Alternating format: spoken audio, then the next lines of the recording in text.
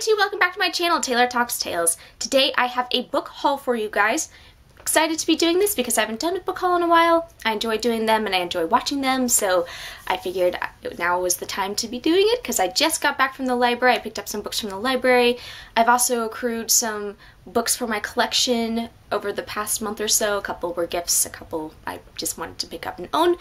And yeah, so the theme of this book haul is going to be fantasy and horror. So I'm always reading horror, so there's always going to be horror books that I'm picking up, but I'm preparing to do a fantasy binge. Just like I did my thriller binge earlier in January, I'm going to be doing a fantasy binge in February, so stay tuned for that. And some of these books will be part of that binge, some of them might not necessarily be, because I do own some of the fantasy books I'm planning on reading for that binge that I'm not going to be showing today, so stay tuned for that. Anyway, let's get started. I have a ton of books to show you guys, so it may be a little bit of a longer video, so apologize. I'll try to get through as quick as possible.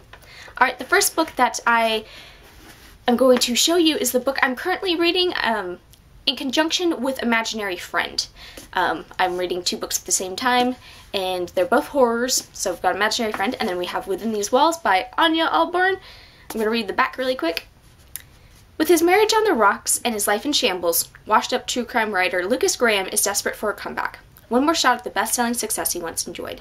His chance comes when he's promised exclusive access to death row inmate Jeffrey Halcombe, the notorious cult leader and mass murderer who's ready to break his silence after 30 years, and who contacted Lucas personally from his maximum security cell. With nothing left to lose, Lucas leaves New York to live in and work from the scene of the crime, a split-level farmhouse on a gray, sanded beach in Washington state, whose foundation is steeped in the blood of Halcombe's diviners, runaways who were drawn to his message of family, unity, and unconditional love. There, Lucas sets out to capture the real story of the departed faithful. Except that he's not alone, for Jeffrey Halcombe promised his devout eternal life, and within these walls they're far from dead. I was super excited to pick this book up, and so far I'm really enjoying it. Anything that has to do with witchcraft, the occult, or cults, or ghosts, or anything like that is just right up my alley. So, and I've enjoyed the other Anya Alborn book that I've read, and I still plan on reading When the Devil Crept In by her, but I just haven't had opportunity to sit down and finish that one yet. But I also think it's really awesome this takes place in Washington State, because go Washington, and I will be doing a review when I finish this book shortly. Alright, next one is actually also a book that's set in Washington State. In fact, it's set in Seattle specifically, and this is one I've been wanting to read for quite some time, and my dad ended up gifting it to me, so thank you, Dad, if you're watching this. Love you. And this is Hollow Kingdom by Kira Jane Buxton. I'm going to read the inside flap really quick, but I really like the cover quite a bit. Hollow Kingdom. ST, a domesticated crow, is a bird of simple pleasures. He spends his days hanging out with his owner, Big Jim, avoiding the slobbering affection of Big Jim's loyal but dim-witted dog, Dennis. Trading insults with Seattle's wild crows, binge-watching nature documentaries, and binge-eating the finest food humankind has to offer, Cheetos. Then, on a beautiful summer evening, Big Jim's eyeballs fall out of his head, and ST starts to feel like something isn't quite right. When his tried-and-true remedies, from beak-delivered beer to an inventive cocktail of stolen pharmacy drugs, fails to bring Big Jim back to health, ST is left with no choice but to abandon his old life and venture out with his trusty steed, Dennis, to find a cure. Outside the safety of his home, the city of Seattle is a wild and frightening new world. Big Jim's neighbors, victims of the same mysterious malady, are now devouring everything warm-blooded in their path, and the once orderly suburbs have become feral jungles. Meanwhile, local wildlife is abuzz with cryptic rumors, which the cowardly ST has no choice but to follow if he wants to rescue the only world he knows from certain destruction. Brimming with hope in heart, this irrepressible debut introduces humanity's improbable hero in the form of a foul-mouthed crow with a moderate to severe junk food addiction, who believes that, despite all its flaws, the world is worth saving. I'm very excited for this book. It's been on my radar for quite some time. I had it on hold for the library, but there were 500 people ahead of me by the time I put this on, and I was just waiting for a couple months because again, I try not to buy books until after I've already read them. If I can help it, I'll make exceptions here or there, and I almost ended up just buying this book myself, but then it was Christmas. My dad picked it up for me, and it was awesome. This one sounds so neat because not only is it taking place from the perspective of a crow, but it also has to do with the zombie apocalypse, and it's taking place in Seattle, and it seems like everything is coming together to make this a must-read for me, and I have very high expectations for it, so I'm really looking forward to it. Alright, next one was the other book that my dad bought for me, and this one I've just been like eyeing everybody picking it up, and I've just been like, I need to get this book, I'm super excited for it, sounds like something I'm really gonna like, and that's The Starless Sea by Erin Morgenstern. She's the author of The Night Circus, which is a book I happen to really enjoy because I love atmospheric type books and magic. I'm gonna read the inside flap for you. Far beneath the surface of the earth, upon the shores of the Starless Sea, there is a labyrinthine collection of tunnels and rooms filled with stories. The entryways that lead to the sanctuary are often hidden, sometimes on forest floors, sometimes in private homes, sometimes in plain sight. But those who seek will find. Their doors have been waiting for them. Zachary Ezra Rollins is searching for his door, though he does not know it. He follows the silent siren song, an inexplicable certainty that he is meant for another place. When he discovers a mysterious book in the stacks of his campus library, he begins to read and is entranced by tales of lovelorn prisoners, lost cities, and nameless alkites. Suddenly, a turn of the page brings Zachary to a story from his own childhood, impossibly written in this book that is older than he is. A bee, a key, and a sword emblazoned on the book lead Zachary to two people who will change the course of his life. Mirabelle, a fierce, pink-haired painter, and Dorian, a handsome, barefoot man with shifting alliances. These strangers guide Zachary through masquerade party dances and whispered backroom stories to the headquarters of a secret society, where doorknobs hang from ribbons, and finally through a door conjured from paint to the place he has always yearned for. Amid twisting tunnels filled with books, gilded ballrooms, and wine-dark shores, Zachary falls into an intoxicating world soaked in romance and mystery. But a battle is raging over the fate of this place, and though there are those who will willingly sacrifice everything to protect it, there are just as many intent on its destruction. As Zachary, Mirabelle, and Dorian venture deeper into the space and its histories and myths, searching for answers in one another, a timeless love story unspools, casting a spell of pirates, painters, lovers, liars, and ships that sail upon a starless sea. Ooh, this sounds amazing. I am really, really excited for this. Not only does it have just this, I can already tell it's going to be just as atmospheric as The Night Circus was, but it has that sort of like a book within a book that I really enjoy, and sort of this like, there may be sort of a portal fantasy elements to this, and maybe even a dark academia element. I'm not sure if it does, but it definitely sounds like it could have that, and I do like dark academia, or just like books that take place in college or libraries, anything like that. So I'm looking forward to this. So this is definitely high up there on my TBR. Alright, next one. Well, there are actually 3 books in one. I'm very excited for this. I picked these up because I've heard really good things about this series. There are several of my favorite booktubers have recommended this series, and I figured, what the heck, I've got a little Christmas money left over, I'll just buy the trilogy so I don't have to wait. And these are the Raya Revelations. So there's Thief of Swords, Rise of Empire, and Heir of Novron. So technically these are actually 6 books in one, but these are bind-ups of this series, and I've been told this is not necessarily fantasy light, but it's a very approachable and easy to read fantasy series. It doesn't take itself too seriously, and it's really fun to get into it, and the 2 main characters are supposed to have a really good dynamic. I'll read the back of the first one and not the other 2 because don't want spoilers. They killed the king. They pinned it on 2 men. They chose poorly. Royce Melbourne, a skilled thief, and his mercenary partner, Hadrian Blackwater, make a profitable living carrying out dangerous assignments for conspiring nobles, until they are hired to pilfer a famed sword.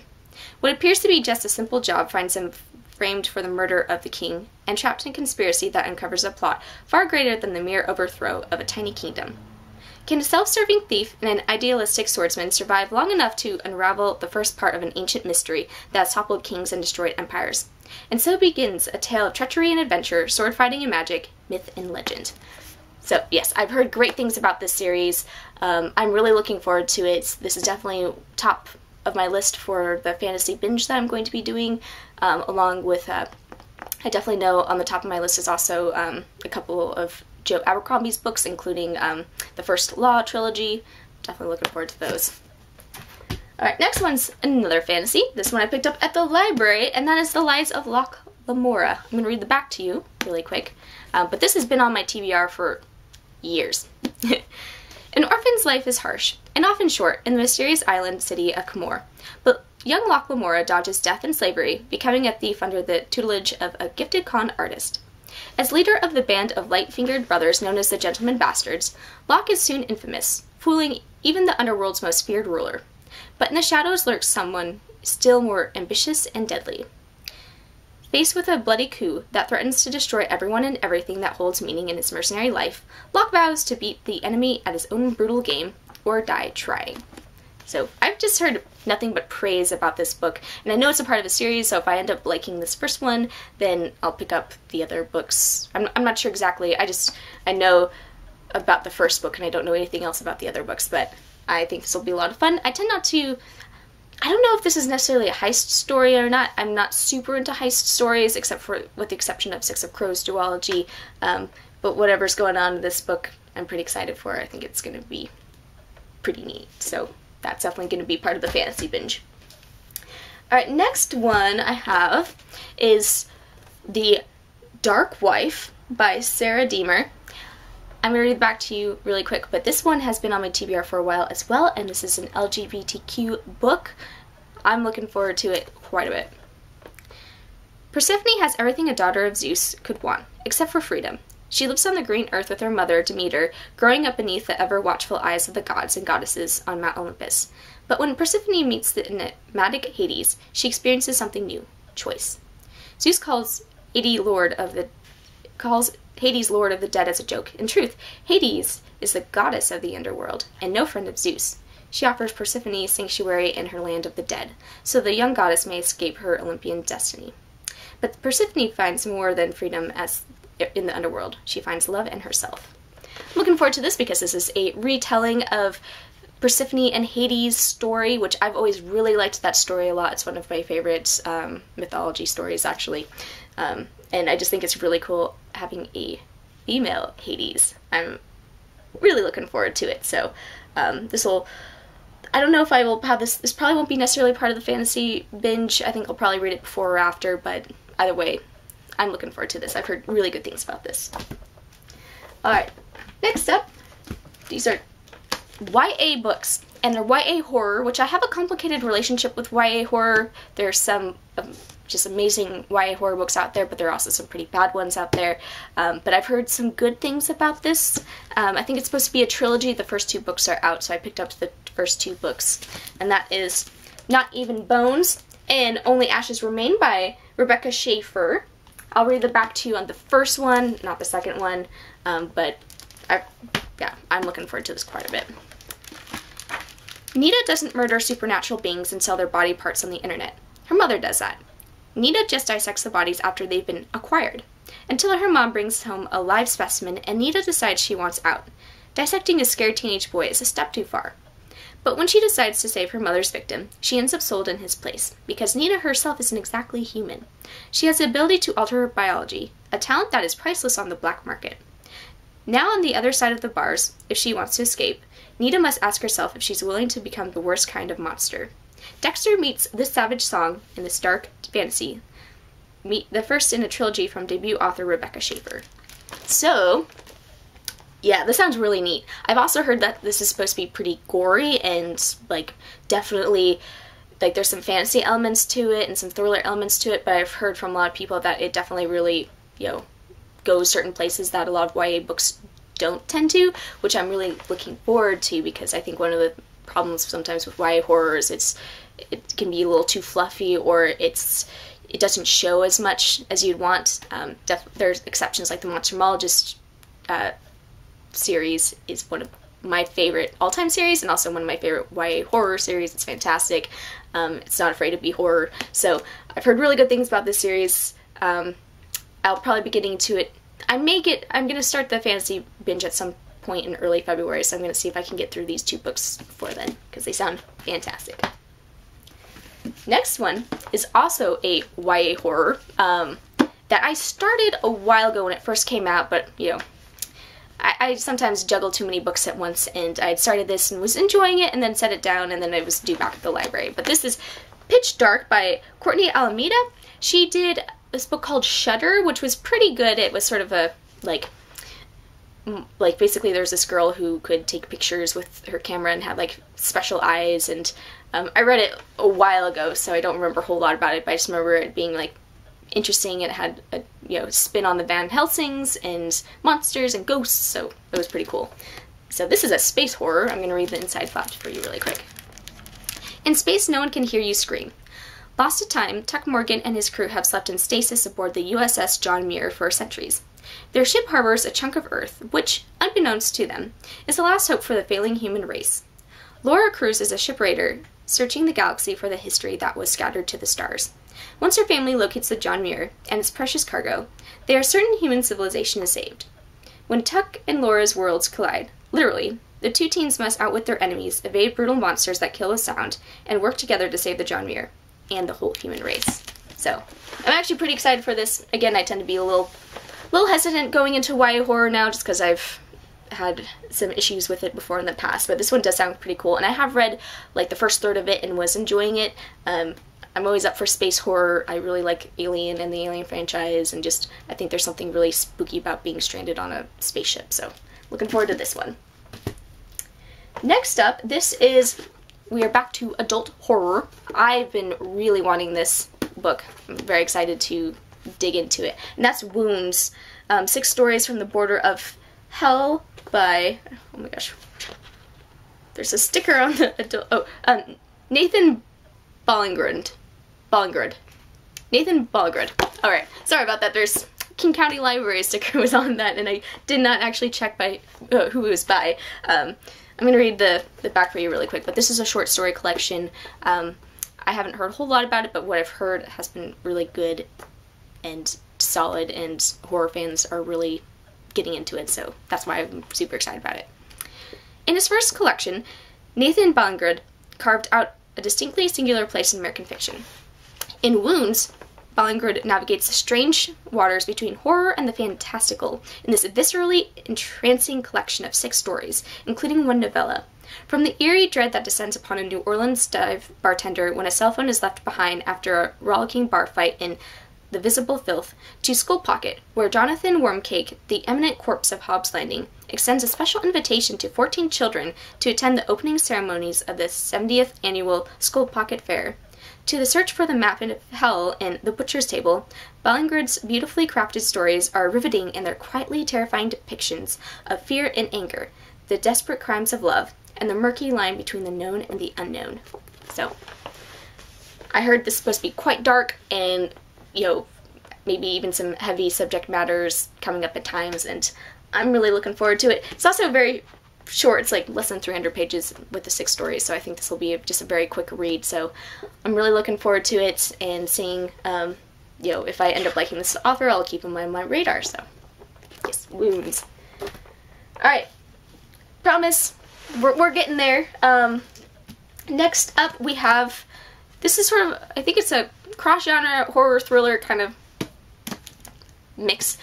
This is The Chestnut Man by Soren Sevistrup. I am so sorry. I know I butchered that name, but this one I have had on my, in fact, originally kind of wanted to read this during my thriller binge, but the whole didn't come into my library. But this has been on my radar since it came out. I've heard really, really good things about this, so I'm going to read the inside flap to you really quick. If you find one, he's already found you. A psychopath is terrorizing Copenhagen. His calling card is a Chestnut Man, a handmade doll made of matchsticks and 2 chestnuts, which he leaves at each bloody crime scene. Examining the dolls, forensics makes a shocking discovery. A fingerprint belonged to a young girl, a government minister's daughter who had been kidnapped and murdered a year ago. A tragic coincidence, or something more twisted? To save innocent lives, a pair of detectives must put aside their differences to piece together the Chestnut Man's gruesome clues. Because it's clear that the madman is on a mission that is far from over, and no one is safe. Yes, so I've heard this is just nothing but good things about this book. Even though I did my thriller binge, I can still keep on reading thrillers. I still plan on reading thrillers. I do enjoy them a lot. Horror's my number 1, but thriller and suspense and mystery come at a close second. So I'm looking forward to this and seeing how it compares to some of the other books I read. Next one, I am so glad I picked this one up again because I got through like halfway, was really enjoying it, and had to return it because I was going to Pittsburgh, and I didn't want to rack up 2 weeks worth of fines on this book. But I finally picked up Bunny again by Mona Awad. This one was really fun. So I hope that the ending is good because I'm gonna reread it just because I don't exactly remember where I left off, and I just would prefer to reread it. So anyway, I'm gonna read the inside thought. Samantha Heather Mackey couldn't be more of an outsider in her small, highly selective MFA program at an elite New England university. A scholarship student who prefers the company of her dark imagination to that of most people, she is utterly repelled by the rest of her fiction-writing cohort, a clique of unbearably twee rich girls who call each other Bunny and seem to move and speak as one. But everything changes when Samantha receives an invitation to the Bunny's fabled smut salon, and finds herself inexplicably drawn to their front door, ditching her only friend Ava in the process. As Samantha plunges deeper and deeper into the Bunny's sinister yet saccharine world, beginning to take part in the ritualistic off-campus workshop where they conjure their monstrous creations, the edges of reality start to blur. Soon her friendships with Ava and Bunny's will be brought into deadly collision. Yeah, this is fun, and I think I would probably categorize this maybe as like dark academia and horror and just a lot of stuff going on. I know it's not the book for everybody, I can already tell, even though I haven't read the second half of the book, but it was working for me, and it was, I'm so glad I've picked it up. I definitely want to finish this, and I'm going to be finishing it probably sometime this week, so that way I can, fully evaluate it and see if this ends up being, a top book for me. Alright, we're getting there. Only a few left. Next one, and this will probably be part of my fantasy binge, and it is Gods of Jade and Shadow by Sylvia Moreno Garcia, which I actually think this cover's kind of cool. I'm going to read the inside thought for you really quick.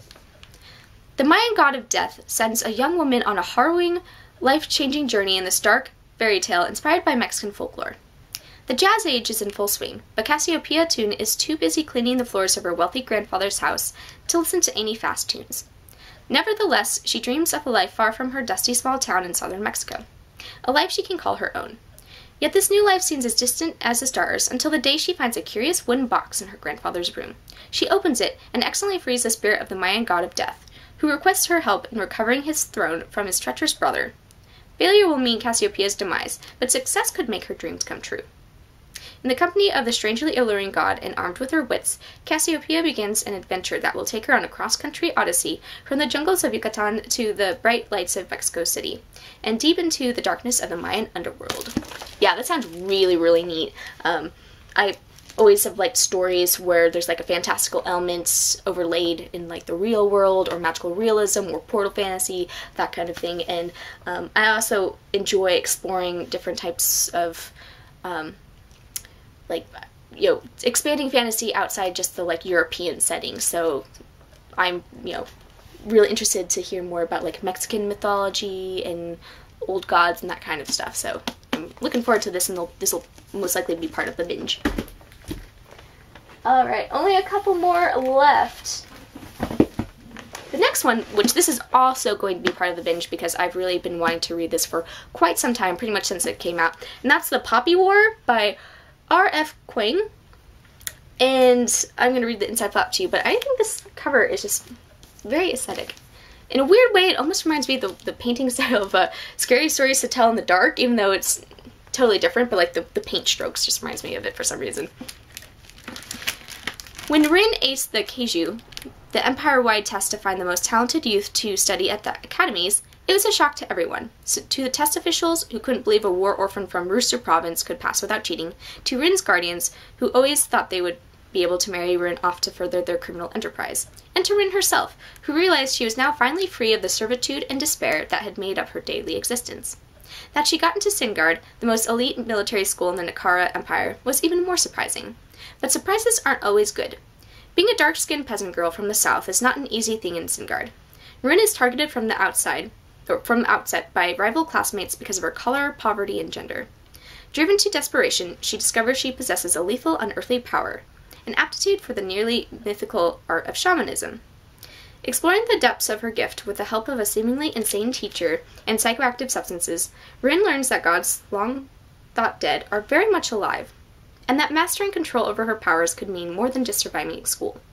For even though the Nikara Empire is at peace, the Federation of Mugen still lurks across the narrow sea. The militarily advanced Federation occupied the Nikara Empire for decades after the First Poppy War, and only barely lost the continent in the Second. And while most of the people in the Empire would rather forget their painful history, a few are aware the Third Poppy War is just a spark away. Rin's shamanic powers may be the only way to save her people, but as she finds out more about the god who has chosen her, the Vengeful Phoenix, she fears that winning the war may cost her humanity, and may already be too late. So this is supposed to have some, like a fantasy world that's inspired by China and Chinese mythology and folklore and all of that. I also like a good underdog story and having a protagonist who's been through a lot and trying to prove herself and overcome things. And of course magic. I love magic, anything with magic in it. So I'm looking forward to this. I have the second book on hold, so I'm kind of hoping that the hold comes through while I'm doing the binge, and then I'll be able to pick that one up too. But for not, or at least for now, I'm starting with this one. Alright, only a couple more, I promise. Next one is Middlegame by Seanan McGuire, which I actually kind of like this cover. I think it's really interesting. I'm going to read the inside flap to you, but I happen to really like Seanan McGuire's work. Meet Roger, skilled with words, languages come easy to him. He instinctively understands how the world works through the power of story. Meet Dodger, his twin. Numbers are her world, her obsession, her everything.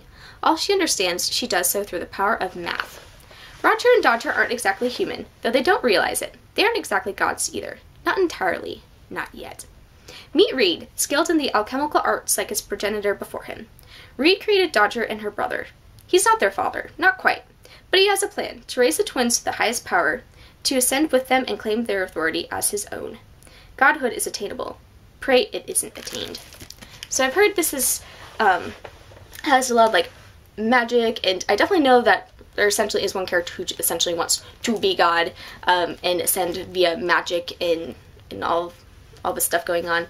I haven't read a lot of Seanan McGuire's non-horror works, but I did enjoy her Feed trilogy that came out years ago that had to do with zombies, when she wrote under the pen name Myra Grant, and I really enjoyed Into the Drowning Deep a lot, so I think this will be interesting to kind of explore her fantasy work a little bit more, and I think this is supposed to be sort of a darker fantasy, which I love, so this is going to be part of the binge too.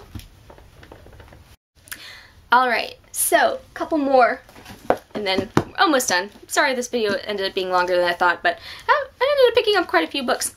Next one is I actually picked this up because I'm trying to read a little bit more nonfiction. I typically stick with fiction just because it interests me a little bit more. With nonfiction stuff, I honestly tend to just Google or research articles for the information that I want rather than read a full-fledged book. But I've heard really good things about this, and it really interests me, and that's the Radium Girls, the dark story of America's shining women. I'll read the inside thought for you really quick. The curious newly discovered element of radium makes gleaming headlines across the nation as a fresh face of beauty and the wonder drug of the medical community. From body lotion to tonic water, the popular new element shines bright in the otherwise dark years of the First World War. Hundreds of girls paint watch faces amidst the glowing dust of the radium dial factories. The glittering chemical covers their bodies from head to toe. They light up the night just like industrious fireflies. With such a coveted job, these shining girls are the luckiest alive, until they begin to fall mysteriously ill. But the factories that once offered golden opportunities are now ignoring all claims of the gruesome side effects, and the women's cries of corruption.